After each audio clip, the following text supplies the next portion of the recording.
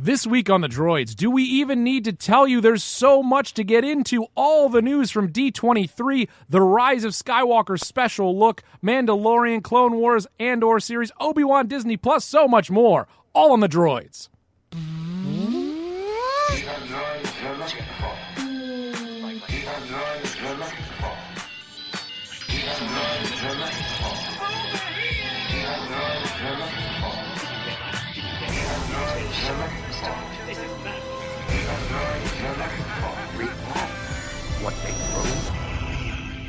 Welcome back to the Droids You're Looking For, a Star Wars podcast. Alongside Ryan and Chris, I am Mike, and this is a behemoth of a podcast, a behemoth of a weekend. Everything that we wanted and hoped for out of D23, and oh so much more. Guys, I'm still recovering. I don't know how to react to what has become so much news that I don't know if I'm even mentioning all of it in that tease. Did I forget some? I'm sure I did, because there was so much monumental news in the Star Wars universe that we get to talk about in this edition of the pod and future editions of the pod, because there's so much that we can't even cover it all in one episode. But with everything I just mentioned in that tease, Mandalorian, Clone Wars, Cassian Andor, Obi-Wan finally confirmed, you went on stage, Disney Plus. How did you react? How did you get by through the weekend without trying to solve the riddle that is time travel to move things ahead so we can watch all of this now? That's exactly what I did. I got my best team to work to figure out how to build that machine finally. I was sitting down when I watched the trailer, and then I stood up, and then I fell over. I don't know. I didn't know how to react. I don't want to say that. I don't want to say I'm on the precipice of creating an Einstein-Rosen bridge, but I feel like I'm on the right track. Of course, progress is all relative. You know what I'm saying? What is that called, Ryan? The Einstein-Rosen bridge. Bless you. Well, guys, it's a good day to be alive. Unless you're me, in which case I'm just full of anxiety now. Is it a vision? Is it not? Are switchblade lightsabers allowed? Yeah, is that legal? What are the laws regarding spring-loaded lightsabers? Is there if you don't spring-load it out to be the double-sided, do you just have a fork lightsaber? So many thoughts. So many questions. For food. Yeah. Well, we're going to get into each of those. I will say, what was your favorite moment of the weekend before we move on to this episode? Will be really about the Rise of Skywalker Special Look, as that was just released on Monday by Disney on all the Star Wars social accounts, on the Disney. It was basically everywhere. Good Morning America. You could not miss this special look unless you had gone into a rabbit hole of no social media or any connection to the internet. But of the weekend, what was maybe the moment that stood out to you the most? It's an interesting thing with D23, right? Because it's not like an E3 or something like that where the press conferences are all live streamed directly. So if you're like me, you search and you hope that someone in the audience has a cell phone that they're streaming to YouTube, right. Which is some. So you're experiencing it in a little bit of a delay. You're kind of seeing it through like Twitter reveals from press that are there and things like that. So to me, my favorite moment in terms of crowd reaction and like Twitter reaction was the Obi-Wan moment. Yeah. Just because that was literally like Ewan coming out on stage and things like that. But in terms of the weekend, the Rise of Skywalker is a different thing because that came out this morning. We're recording this on Monday. Mm-hmm. The reveal of the Mandalorian trailer was absolutely thrilling. I think that was my favorite thing to come out during D23. Mm. Yeah, right. I have to agree. The Obi-Wan reveal though was I think the whole aspect of the D23 is kind of behind closed doors. It has that exclusivity to it that kind of old school Comic-Con panels had before. So I think Disney is really smart, and they know they have all these kind of like nerdcore franchises and properties that to put them kind of in this new like walled conference, which is like years before D23 was always pretty cool, but like they knew that they couldn't really release their big news there because it's not going to get as much play. But I think they're turning it into this machine, especially along with like Disney Plus. So like I wouldn't be surprised next year we'll see this conference streamed live on Disney Plus. Chris, I couldn't help but think of you the moment that the Obi-Wan series was announced and finalized and official, and Ewan was on stage. You and I have talked, long before the podcast. Years. But I believe one of the early editions of the pod, even before Ryan and Sam joined, we had heard a rumor about an Obi-Wan. Yeah, very dark ages.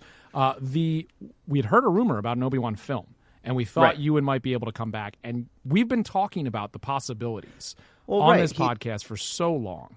And now, Chris, I was looking back into the holocron of the Droids You're Looking For Star Wars podcast, and so my first appearance on the podcast, I thought it was pretty late in. It was episode 3, which is appropriate. Is that true? It's my favorite of the prequel, and Chris brings it up on that episode. We go over the Last Jedi trailer, and Chris brings up that there might be an Obi-Wan movie.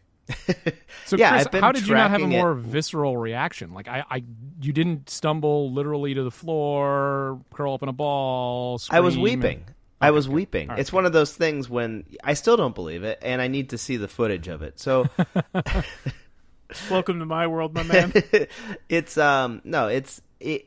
almost as if I knew it had to happen. I was willing it actively for this to happen. You mean like when you titled the podcast episode before it was official that it was official? I heard that Ewan saw that, and he was kind of on the fence. He's like, they already think I'm doing it. I can't break their hearts. He did say, it was off mic, but it kind of picked it up that he said, this is for Chris. Yeah. He gave a little wink and a lightsaber nod.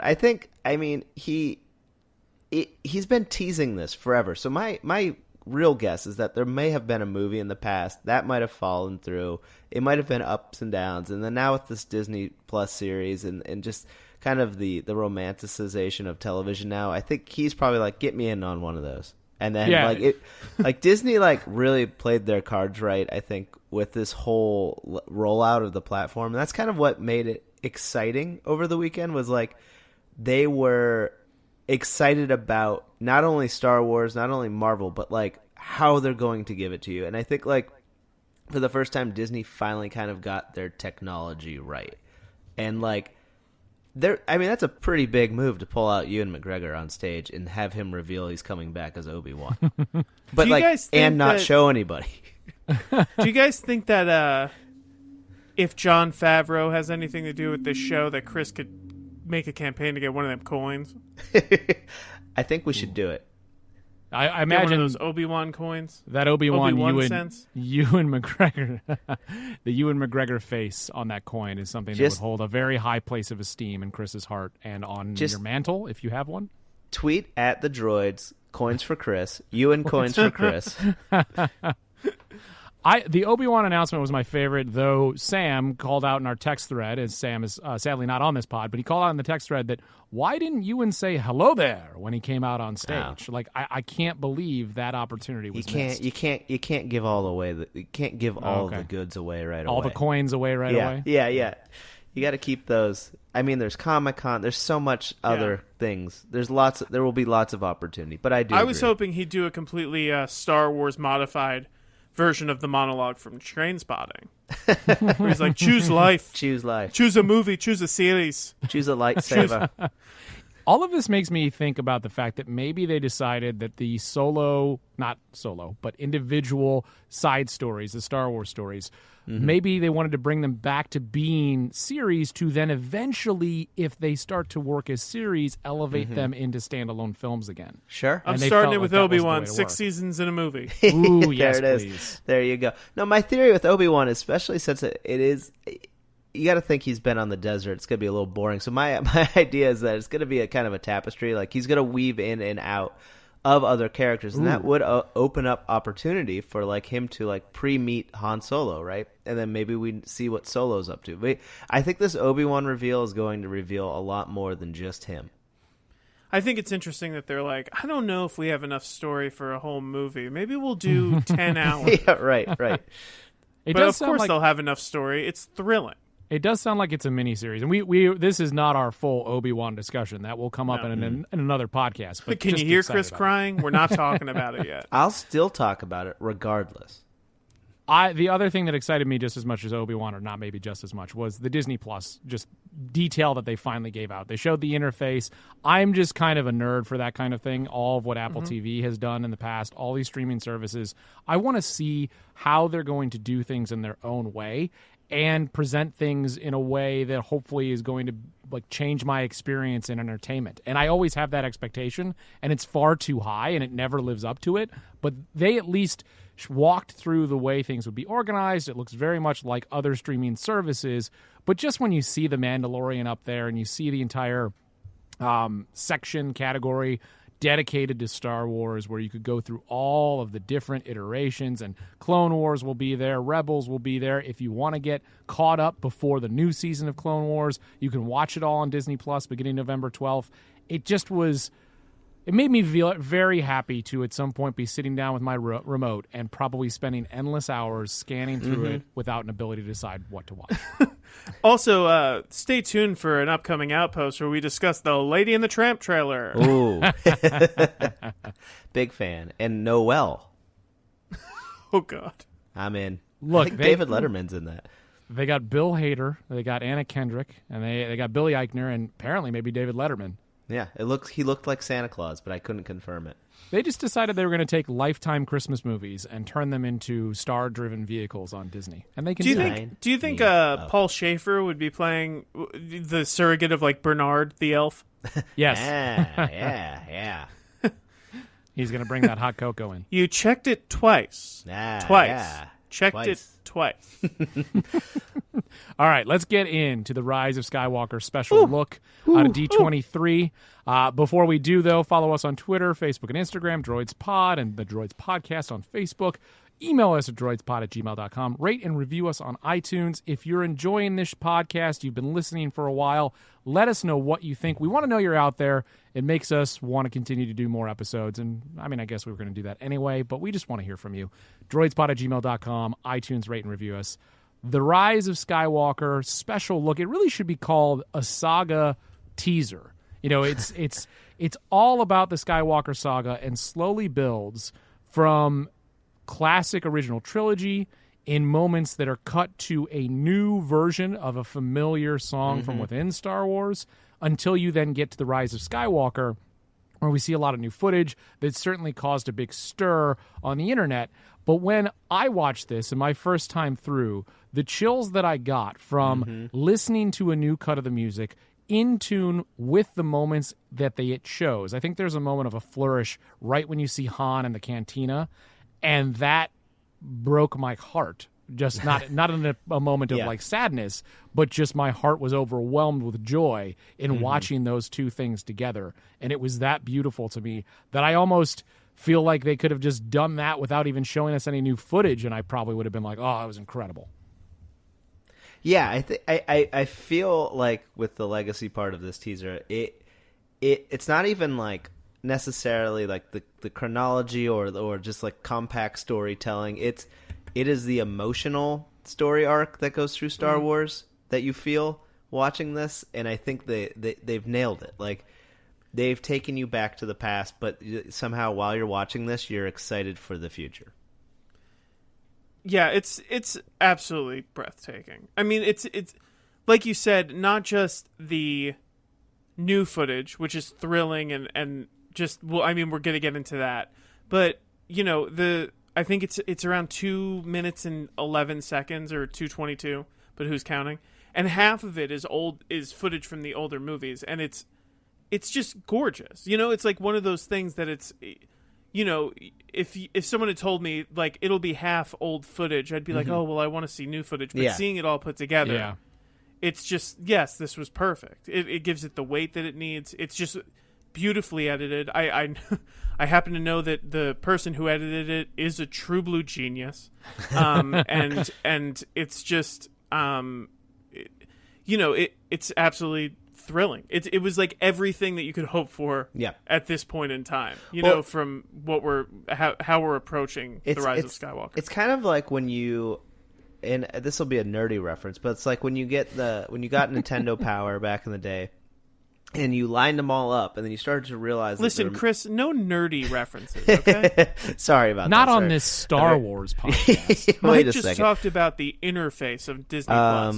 Are you guys saying Star Wars is nerdy? That's offensive. Anyway, I'm sorry. Anyway, so you get the Nintendo Power magazines, and if you line them up, they make like a picture, like all the edges of them. Sure. I don't know if you know this, but You made a picture. The idea here, though, is this like it's almost like, all right, we've made all these Star Wars movies, and now wait until you see them all together. And like, I think this is the first time that we have actually seen the whole saga kind of sandwiched together in a presentation to like. And it says it's funny because it says like, I think the the interstitials say the story of a generation comes to an end, but it's the story not just within the movies, like in the real world. It's the story of many generations. Yeah, it's like 3 or 4 generations. So it obviously gives it the weight it deserves, but it's like, but also more than that. I just thought it was really gorgeous. And then we got into the new stuff, and the internet was set aflame. Do we want to talk about the biggest moment at the end before we talk about some of the other stuff? I think let's start there because that was honestly a jaw-dropping moment that set everybody off, which is exactly what this should do when you're trying to build up attention and get people who are not necessarily just huge Star Wars fans who are going to see it anyway. But you want to cause a stir. You want to be trending everywhere, which is where this teaser ended up being. Number one on Twitter. You have that moment with Rey in the dark side Rey, and I'm sure we all have our own interpretations of that scene. But tell me your first thought when you saw her that way. I think it's a vision. I agree with you. I think visually it looks to me like it's a vision. There's also something in her eyes that looks like she's staring back at herself, and maybe that's just because I see that from there is like Star Wars another movies. So I've watched it a few times. There is something it looks like on the right side of the frame that's like kind of moving a little bit, so it looks like she's looking at something, whether that is part of the vision or not. I mean, I think it is a moment in the movie that it could just be a kind of a switcheroo. It might look like she's actually dark side, but it could be, I mean, she could be doing something good. I know she's holding the different lightsaber. The new dual lightsaber, is it a future vision? Is it a past vision? Is it part of what she saw on the other side of that ice in the in the Last Jedi? I don't know. But we should preface this disclaimer. We don't know. we don't know. We don't have any. But I feel like she looks very different physically in that scene. There is something. I think that there is a CGI element in terms of like her face looks very harsh. It's also lighting, of course, but she looks otherworldly. Yeah. Yeah, it's interesting. What I think is kind of brilliant about this, and we'll get into it more with the rest of the trailer too, but, you know, I've talked about this, about a strength of JJ is, like, finding the image, you know? And this trailer is chock full of, like, the images. And what's interesting, you know, he's talked about echoing the other movie, or making the movies rhyme and things like this. There's a lot packed into this one shot of Rey. You know, because it's conjuring a few things. Obviously, the obvious thing is Darth Maul, which any kind of wrapping in the prequels, you know, I love that. It also conjures Luke in Return of the Jedi with the way that she's dressed. It's also Kylo Ren, and then it's Palpatine with the hood. I mean, the hood looks very with Palpatine, and we hear Darth Vader's breathing before that. But also, if you notice, the lightsaber, the double lightsaber, is like staticky the way Kylo Ren's like Kylo Ren's. Yep. So another kind of theory here that I had, that it is some kind of, and we talked about this off pod, but some kind of like clone type activation or something of another type of person. I still don't believe Kylo's in the mask. I think they're wait. We talked about this off the pod. I don't remember this conversation. Maybe in a text chain or something. But there was our text threads were plentiful the last few days. But the idea that there could be a clone or another version of Rey, possibly. I've heard this theory also. Yeah, and the idea that is an activated evil Rey, that she's kind of come to fruition via the Emperor's power. That's a possibility that plays in my mind. Is this what Snoke was talking about, where darkness rises and light to meet it, and it's the opposite? Darkness is rising in clone form to meet the light of Rey? There's just we know there's clones. We know there's force projection. I'd love if there were clones. If there were clones. We know that there's deception. I think that somehow the Emperor is going to trick Rey into believing what Rey is doing. She's going to think it is correct, and it's going to lead her to this point where she has to act in this way, the same way that Kylo fell for it, the same way that Vader fell for it.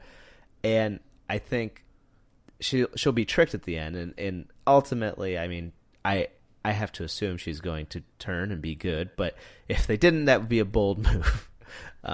Is it if you look at the lightsaber before she flicks it out, it's kind of it almost looks like a scissory kind of lightsaber. Yes. It flips out like a switchblade. And has anyone, I haven't heard this online, but it is a theory that perhaps it's like an epilogue of sorts about how she cuts the ribbons at the opening of cantinas. Oh, right. Yeah. So she's used her power and her fame to go. Yeah. They cut her a check, and she can go from cantina to cantina. Yeah, she's cutting ribbons, you know what I mean? And like they ask her questions, she's like, no, where's the ribbon? Do you think so? I've heard the clone thing. There's talk of possible amongst the droid heads that it's possible there's a possession by the Emperor going on.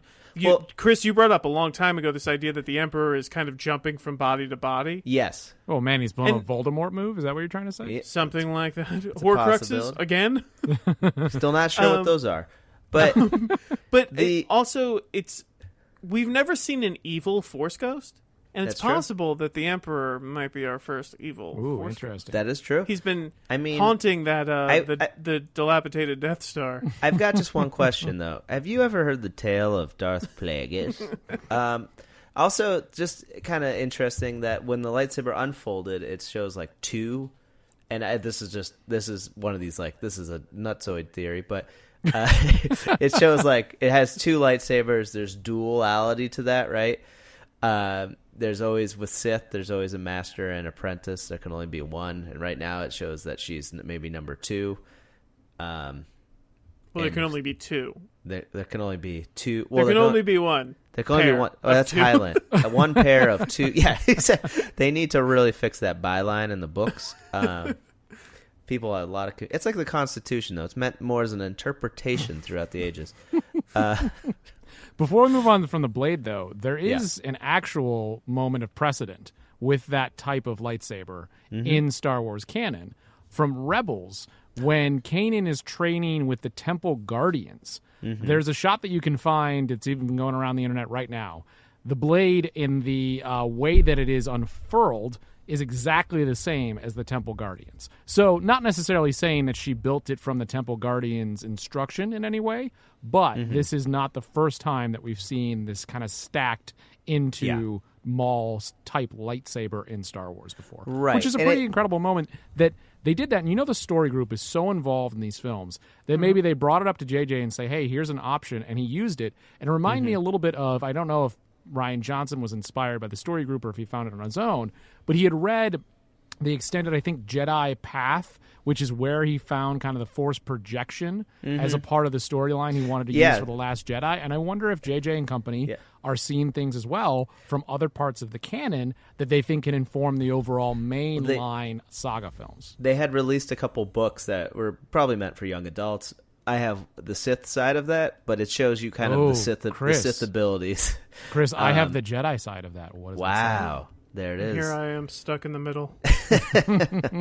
I also just need to say, from a technical level, what a piece of sound design when she flips out that lightsaber. Oh, yeah. Ooh, you could feel it. Ooh, That's great stuff. From there, why don't we go back to our first shot of new footage, which was, I believe, as you said, Ryan, just about halfway through. And we see what is the new planet where I believe they were shooting in Jordan. It is not supposed to be Jakku. It's not supposed to be Tatooine. And we see our heroes. It's Rey, Finn, and Poe with Chewbacca and C-3PO in the background, which clearly from this little teaser, we are going to get a pretty significant C-3PO story in the new footage we've seen. His eyes are red. His eyes are red. by the Emperor? It's a little alarming. Exactly. And he had a red arm in The Force Awakens. The red just continues. What if you put a kyber crystal inside of C-3PO and he just shoots Death Star lasers out of his eyes? You know Denzel Washington movie Fallen, where the devil passes between people by touch? Oh, you think... Maybe that's what the Emperor's going to do. And then he gets stuck in C-3PO. Ryan, I think C-3PO like jumps off a cliff. Ryan, I think everyone's going to have their Emperor moment. Oh, you think everyone's just going to do an Ian McDiarmid impression? Yeah. You solved it though, Ryan. You solved it completely. This is how Chris's prediction comes true. Because eventually they pass Palpatine and trap him in the computer of the Falcon, and then they have to destroy the Falcon to kill and then L3 the Emperor. is the one L3 is the one that saves everybody. Yeah. Oh. L3 pulls, spoiler alert for The Exorcist in 3, 2, 1. She does what the old priest does at the end where he jumps out the window. Yeah. That's what L3 does. Yes. Well, there's that line from the trailer. I need a new priest and a young priest. I think so. I need a young priest and an old priest. So seeing this reveal of the gang... Which, by the way, Chris, I don't know if anybody has noticed. At least I'm sure it's been noticed on the internet, but I didn't see it until now.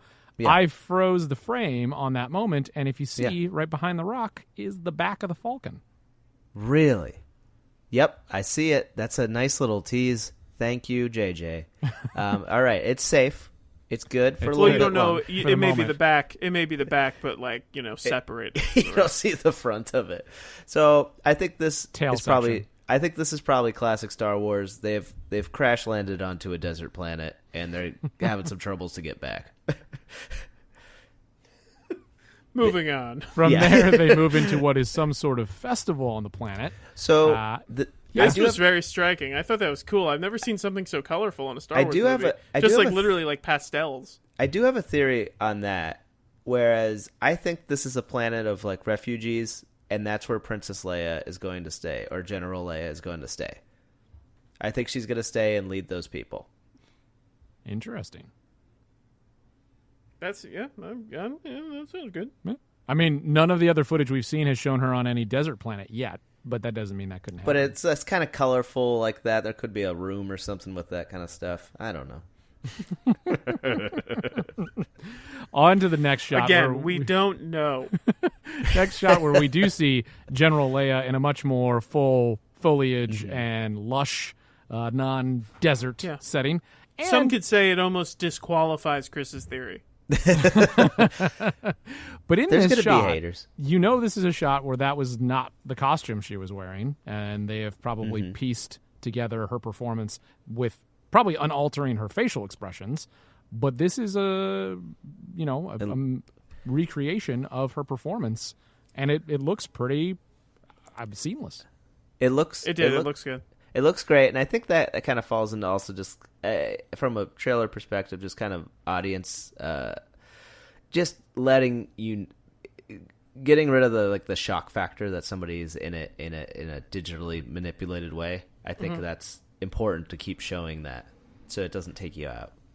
I agree with that. I think that there's something to that where it's if you're prepped for what it's going to look like. Yep. Versus being surprised with Grand Moff Tarkin and Leia and Rogue One. I almost feel they should have shown like a freeze frame of frozen Leia in the trailer, or like a quick second of that for Last Jedi, when Leia was in space. Interesting theory, my man. Back to this trailer. We go back, and now we see what is the Resistance Starfleet jumping out of hyperspace. Sorry, not Star. I meant it not in the reference to Star Trek, but in no. I wasn't going. Okay. I wasn't going to you. I was going like ooh, baby. This is a shot. I have always wanted to see them landing in a classic New England fog. That's what I wanted to see. Right. Out of Star Wars. That's it. You're gonna need a bigger ship. What are they trying to land at SFO? Delays. Am I right? But it's the perfect counter to the next shot which is what appears to be not a First Order fleet, but an Imperial Star Destroyer armada. They're Imperial Star Destroyers. They are not First Order ships. This is interesting. This is the first I've heard this at all. At the risk of sounding like Jeff Goldblum. So, what is the differentiate? I mean, obviously, there's a design differentiation, but has there been like serious analysis done on this? I don't think there has been. Only been just my initial reaction to looking at. I know other places on the internet have definitely talked about this, but the towers on top of the Imperial Star Destroyers. Oh, the radar towers. Yeah, we haven't seen that similar look in a First Order ship as of. No. Whoa, sorry, I just had a hot and fresh. Oh, look out! Ooh, let's hear it. Chris, I'm licensing that from you for a second. Do it. Yep, I'll get the royalties. Do you think it's possible that, as I'm saying it, probably not, but I'm going to say it just in case. I'm going to point to the fence on this one. Do you think it's possible that the Empire has been operating parallel to the First Order? Wow! Whoa. Wow! The First Order was just a smoke and mirrors. Yeah. For the Empire. The smoke and mirrors is essentially exactly the same as the Empire. To be like, they'll never we have see us revealed coming because ourselves. it's the same exact thing. Well, I mean, that's kind of their game. That's what the Emperor did, right? He or pitted not two... even sorry. What I mean is not even in cahoots with each other. Right. I mean that the Emperor is yeah. they can grow out of the ashes. I am still running an empire, and when the time comes, we are going to rise up. So when they think that they've defeated this First Order, whatever the First Order wants to be doing, my empire will rise. Yeah. So he shows up with not a fleet but an armada. Not first order ships. Yeah, it's kind of like Imperial ships. What do you think we have left? And then or maybe the First Order is kind of like, well, there is one thing we could do, and then like they know that this like Imperial fleet is out there. I don't know. I almost like it better if the First Order doesn't know. If they've been like forming themselves in like remembrance of this old Imperial thing, but the Empire still exists. That's pretty wild. Or unless is wild. Unless this is a graveyard of sorts for old Imperial ships. And they that are just floating? Yeah, continue to fly and float. I don't know. I mean, space, it's frictionless. They would just keep floating. Yeah, I'm going to argue it's part of the same vision that we see at the end. I was going to say visually, the tone matches exactly that vision. That was going to be my next point. Do you think? Oh, do you think that it's just like, she's having a vision? Like, this is a strange thing, but like, in Batman v Superman, where he has that vision of like what would happen if Darkseid wins. Mm-hmm. Yeah. Do you think they're having one of those, like this apocalyptic vision of like Rey has turned to the dark side, the Imperial army has taken over again?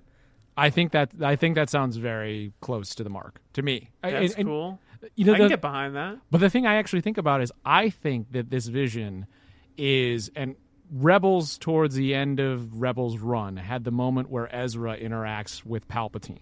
And obviously that was in the build-up before Palpatine had died, had been killed in Return of the Jedi. But he is accessing Palpatine through another kind of netherworld. I don't remember the way they described it, where there's almost a difference in time that Ezra could access. I think Palpatine doesn't return in physical form, doesn't return as Force Ghost. I think that Rey stumbles upon that same other dimension, and that's where she interacts with Palpatine, who at that point either infects and then passes himself along everybody, like we've been talking about, or gives her this vision that would haunt her and turn her to a different path. Oh yeah, in that moment, and that's where I'm going with this at that moment. That's wild. It was, and the last thing I'll say, Chris, is that the reason that I like that theory is that it's really the only way to me that I can accept Palpatine being in this movie. Oh, I see. I think that there is something to that, because it was big news for Yoda when he discovered that he could talk to the other side, right? Mm-hmm. And that was like a new thing that had happened in Jedi powers. Like they didn't know they could do that. So what if they didn't really have a chance to explore that, though, right? They had to separate, and they were exiled, and they didn't get a strong chance to kind of rally that up. What if that in that Force world, the Emperor also figured out how to get in there, and then Rey is the key to getting into that world, and like you just said, Mike, she taps into that world where the Emperor is waiting. There could be a dark side Force world, like we mentioned previously. And also, that would stand to reason because they could kind of explain all that. That's what she's been doing with all these visions she's been having. Yeah. Throughout, from Force Awakens to The Last Jedi, that's what has been leading up to this. She's going into this dark side world thinking that it's the light side world. Because Luke, there might be teachings in those books, and obviously there's a strong theme of Star Wars, like doing something before you're ready to do it. Absolutely. Only to learn the lesson. So it might be like, this task might be so dangerous that she's like, I'm going back in. Almost like Inception, right? Like, we're going in. But that's such an interesting point, Chris, because in the other footage that has not been released publicly, but I believe there were a bunch of people on the panel who filmed it, The Rise of Skywalker, there's a moment where they are doing the sizzle reel for all of Disney in the upcoming next year, and you hear Rey say, it's too dangerous, I have to go alone. Right. So, perhaps she's going into some kind of Force world. It would also be and maybe incredible... this is when she and Kylo Ren, maybe that's what kind of leads to his redemption. Yeah. That he's the only other one powerful enough. Maybe they end up going in Go together. in. I mean, I understand we're basically writing the movie. That's the fun of it. That's why folks are listening. Obviously, if you have your own theories, please write in. Yes. droidspod@gmail.com. You got it, Chris. Awesome. Guys, we're so close. I didn't want to tell you guys, but I actually wrote the movie. Your last name is Terrio? It's Skywalker. Oh my God. He wrote Batman v Superman. Ah! It all connects. How about that? So all right, moving on. We'll move on to a shot of Finn and new character Jenna, Naomi Ackie's character. I have to say, this is the first time we've seen her like on film. We've seen pictures. Oh yeah, what a character design. She just looks awesome. Mm-hmm. She looks like she has some goggles that are pieced together from another helmet, which we've seen before in this sequel trilogy. They do not appear to be on the Falcon because there is a pilot behind them that has a very distinct non-Falcon-esque interior. From there, we get to C-3PO and the red eyes. We've talked about it. I'm sure he will mention to many people. I'm sure you didn't recognize me because of the red eyes. Hearing Anthony Daniels doing an Ian McDiarmid impression would make me so happy. There is something vaudevillian about C-3PO never like looking the full shape that he's supposed to like look. Like he never has all of his pieces at the right time. Like that's a good running gag. They never grant him that. I think it's hilarious. Also, the way the trailer's cut is hilarious. That we see the two red eyes, and then it cuts immediately to the next scene, which is that giant laser blast. Yeah. Do you think that Starkiller Base is back? No, I think it's C-3PO shooting lasers out of his eyes. Uncontrollable lasers out of his eyes. And he has to keep on apologizing for killing everybody. He's like Scott Summers. Yeah, exactly. I love that theory. That's my new favorite. They had to change Star Wars. It was too close to Dark Phoenix. Did you know? They changed it because it was so close to the biggest movie of all time. It's wild. Then we jump into Rey in a forest again, a little reminiscent of The Force Awakens when she was lost in the forest after leaving Maz's cantina. And here she is training, taking down trees with a flying lightsaber as she's going after a training remote, similar to A New Hope. And in it, you get the sense that she's preparing for battle, but she also might be preparing with Leia, because it's the similar setting to what we saw Leia in. Oh, there you go. In the teaser. I like that. She also does the throw pullback, the Thor throw pullback. I think also the interesting there is we talked about earlier how there was like fan service in Force Awakens with the training remote. Is that the same one? Is that No, it looks red. It looks okay. Unless she painted it over. She's like, I got to make sure that this looks pretty evil. This is mine now. Yeah, it's probably just so you could see it in the actual It's red, frame. so I know it's the bad guy. Yeah, right. But I do like to see, there is always the physics questions of what if a lightsaber touches this or does this. I do like to see them making lightsabers a little more physical, that trend we got from the prequels. Can I ask you guys? Yeah. Just while we're on that, just for us to put this down definitively. Yeah. Do you think the blade of a lightsaber is like a solid thing that like it's like a regular sword? Or do you think that like if you touched it, it would slice through you like butter? Slice through me like butter. Yeah, I think it's just like butter. You think the blade is like butter? I think the handle and the blade are like 2 sticks of butter. But I mean, the way what we've seen in Star Wars would kind of counter that argument, because there's been so many people who've been nicked, or even Finn getting the entire blade up his back. It didn't. But I think though that is like a light touch. To me, that's an angle thing, because like when people get nicked on the arm, it's like it literally just touches them and it slices them. Yeah. So I agree with you. I think it's like butter as well. Oof. Can you imagine if we start to see some people killed like that? I mean, they've run through people with the lightsaber. Yeah. But not if like we start slice them seeing down the people middle. being killed by being like spread over bread and stuff. Yeah, exactly. Well, actually, just eating butter though is the silent killer. I don't know how to move on from that. I don't know how we get to the next shot. Cookies have so much kyber in them. They have so much kyber. Like, I know it's bad, but it's so good. You know, like, Ray I'm gonna have to walk extra steps tomorrow, but like, I love kyber. It turns out kyber's delicious. I know I shouldn't. Like, it's been it's so high bad, in kyber. Ray also has like a little red cloth piece that they point out for some reason, which is interesting. I really liked it. Well, I don't know if that's a reference to also the red room, the veil. I don't know what that means. I'm guessing think it's a Steven Tyler reference. Oh, because he ties up his bandanas on the mic stand. Yeah. Yeah. Oh, that's good, Steven Tyler. Thank you. I'm guessing it's a training montage, and she was blindfolding herself, and that's she's got it. Yeah, exactly. We're getting a Rocky montage. I love it. That I training hope she montage. eats a bunch of moof eggs.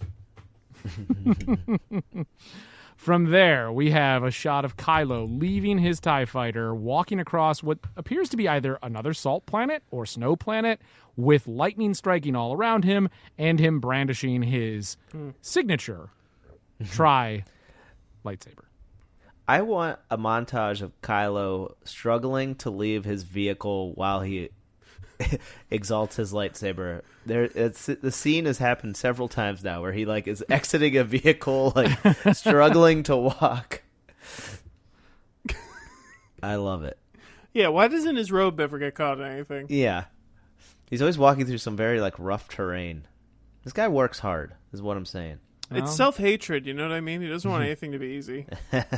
He's certainly working hard in the next scene, because we see him and Rey dueling on what initially... I mean, so this is the water planet. We have seen the Death Star in the water before. Yep. I think it's pretty much confirmed, and if you look to the far left of the frame, it's clear a Death Star turret that has been decaying is towards the left. So this is a final battle on the Death Star, down in the water of this planet, which... Well, I don't mind this aspect of a Death Star being in the movie versus having another full operational. They can't do one without a Death Star. I know. I'm telling you, that Death Star's full of kyber. She's going there to get her her double crystals, her double red crystals. Crystals.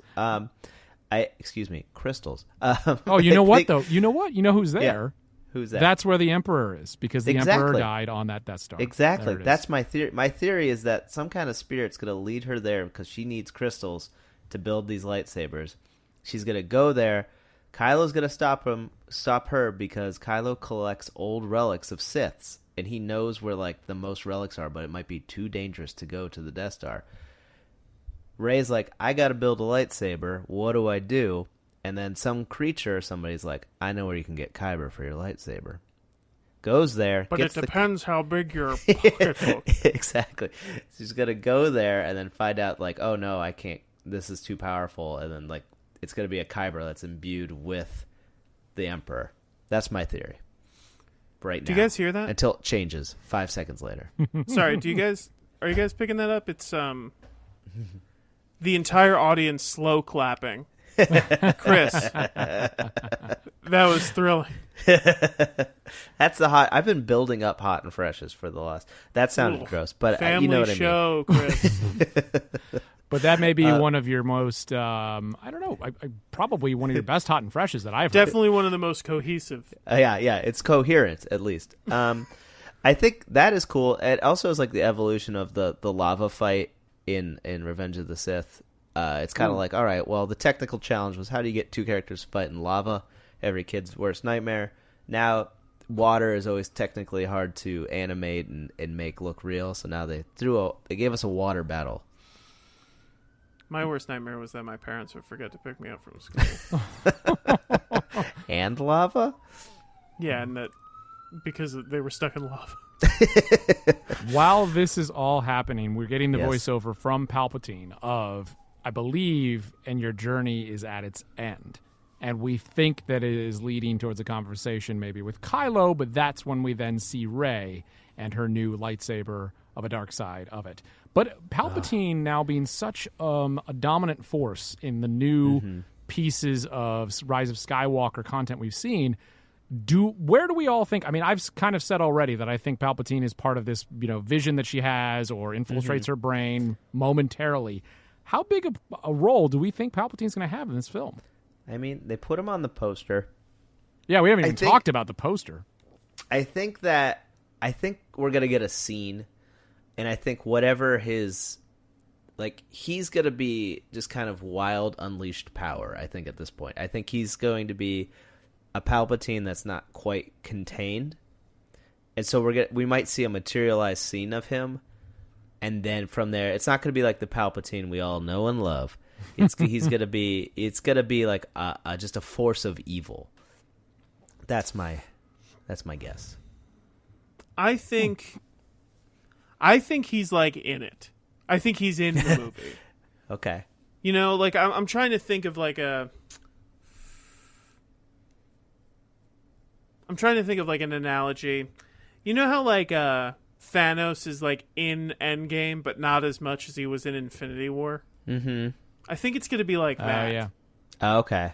All right. He's like a presence throughout until he's like here's another one of my theories. I think that he is operating in this ethereal realm or whatever, and then I think at the end something's going on, the countdown's begun, we got to get out of here, they're going to launch the fourth Death Star.